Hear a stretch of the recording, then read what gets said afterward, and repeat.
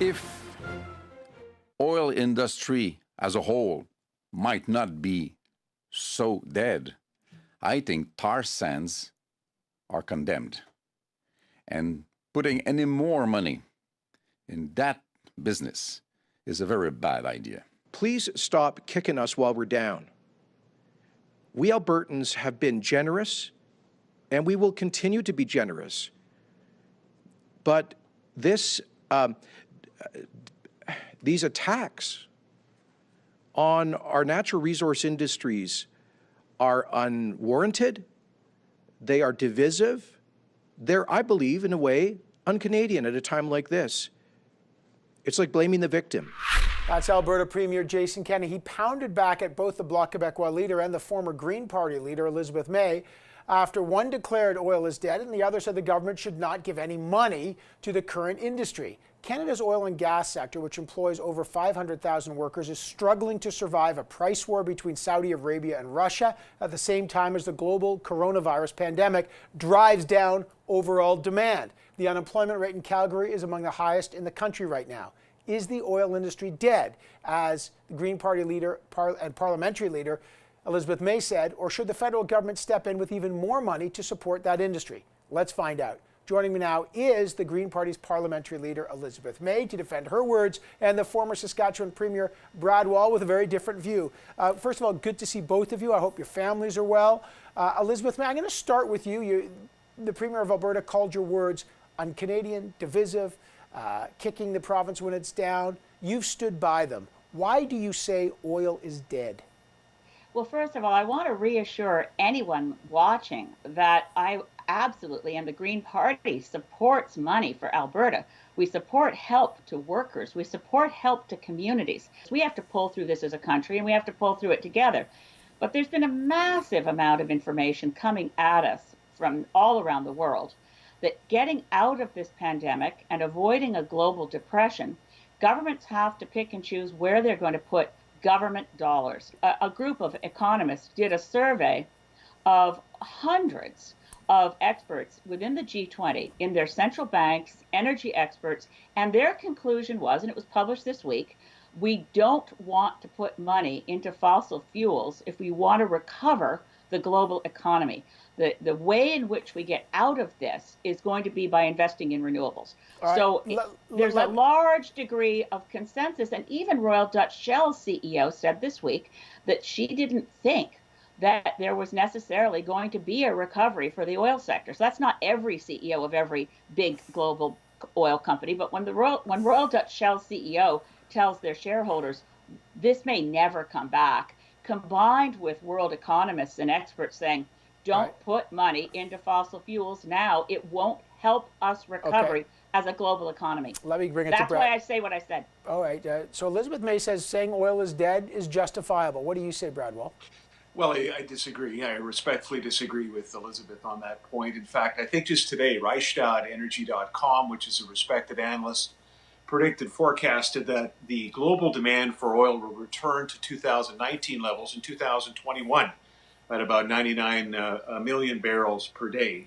Canada is home to a third of the world's reserves of oil, we have this great opportunity to continue to produce oil in a way that is more sustainable and more responsible than almost any other nation on the planet that happens to be fortunate enough to have hydrocarbons.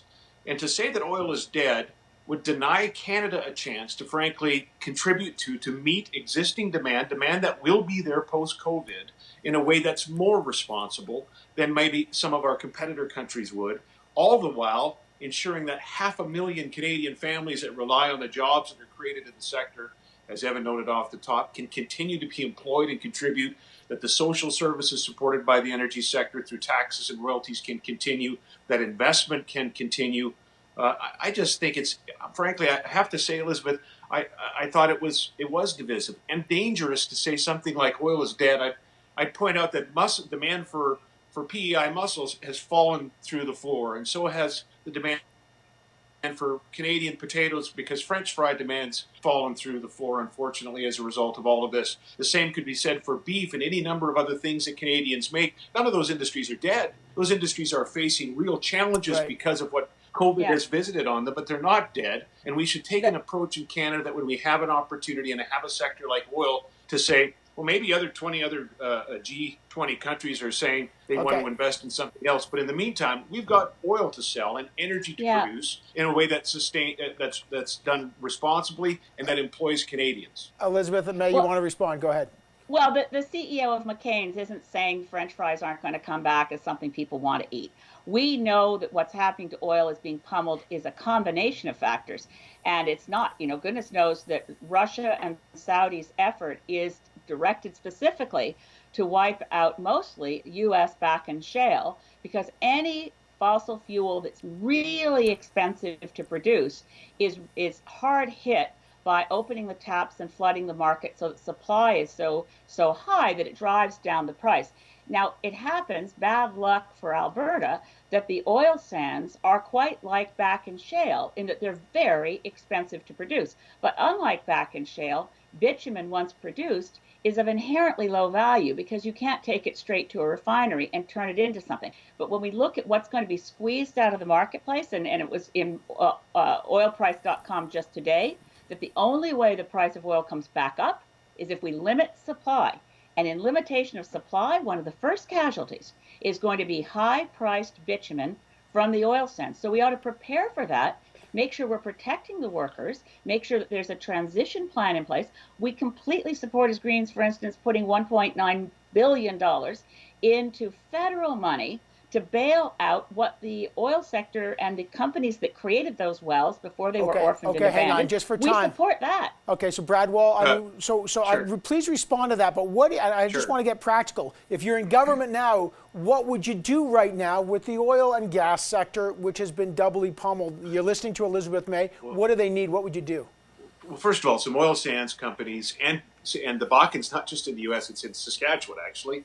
As well, and a lot of the companies involved there are profitable or can certainly survive at $35 to $40 a barrel, and we're not terribly far off of that today. So I'm not sure I agree with the last point that Elizabeth raised. But in 2009, when the crisis hit the auto sector, Canadians supported the then Harper government in investing $13 billion, not just in the work for the workers, but in the companies to preserve the companies. And so what we need today, and Evan, that's the question you've asked, is to address the liquidity issues of companies that can and will survive this if given just a little bit of help on the liquidity side. Remember that the auto sector paid back almost all of the money given to them by Canadian taxpayers. The same is being asked for by the sector today by Canadian companies who are saying, look, they're taking a look at our balance sheets. We will be able to and will pay this money back, but right now we have liquidity issues, and to fight another day. These are the things that are important, and Canada needs to be very clear with the country needs to be clear with the West and the offshore. Do we want this industry or not? And I would say the answer should be emphatically yes, because if we're just ceding to the lowest cost producers in the world, if we're just saying we're out of this business, as Elizabeth I think would have us do, who are those that we are ceding the ground to? Well, it's by and large dictators, and at the expense of jobs for this country and global leadership that we can play in this country. And let's also remember that LNG can replace coal in Asia, as we would all want in other places. So I think it's a narrow view, and I think it's a dangerous view that the phrase "oil is dead" was not just hurtful. I think it was disrespectful and dangerous in regards to the parts of the country that I happen to be in. Okay, Elizabeth, I just got last minute here. Go ahead. Look, we're the only party that actually calls for an end to importing Saudi oil. We're the only party that's saying as long as we're using oil, we should be using Canadian oil. But the reality is that the handwriting is on the wall that this is a sunset industry. We absolutely have an obligation. As a maritimer, I remember when 30,000 people were out of work overnight when the cod stocks collapsed. I don't want to see the oil sector workers or any workers go through that kind of shock for which there was no plan. We need a plan. We need to fund it. We need to talk to communities and have a Just Transition Act that protects workers and communities, because this isn't me talking. We can pretend all we want that there's a future in fossil fuels, but there isn't. And we need to plan for it, and we need to make sure our post-pandemic spending avoids a depression and takes care of people in Canada. there is going to be growing demand for fossil fuels till 2050. Of that, Now, there is consensus, and we could be a part of that, or you could write off an entire sector, Elizabeth. And well, I hope we I'm not, choose the former. Well, we don't want to write off future generations either. So we have to address True. the climate crisis and a post-pandemic economy that's going to look a lot different than the pre-pandemic economy. Guys, I got to leave it there. There's a critical debate that we're having, Elizabeth May and Brad Well. First of all, I appreciate both of you coming on. Take good care of yourselves. Coming up, what